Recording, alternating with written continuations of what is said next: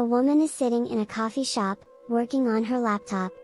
Her phone is low on battery, so she plugs it into a public charging port next to her. A few minutes later, the woman's phone starts to act strangely.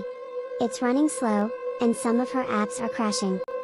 The woman checks her phone's security settings, and she sees that someone has installed a malicious app on her phone. The app is designed to steal personal data, including passwords, credit card numbers, and social security numbers. The woman realizes that she has been scammed. She's lost her personal data, and she's had to cancel her credit cards. She's also had to spend a lot of time and money to clean up the mess. The woman warns her friends and family about juice jacking. She tells them to be careful when using public charging ports, and to only use them if they're sure they're safe.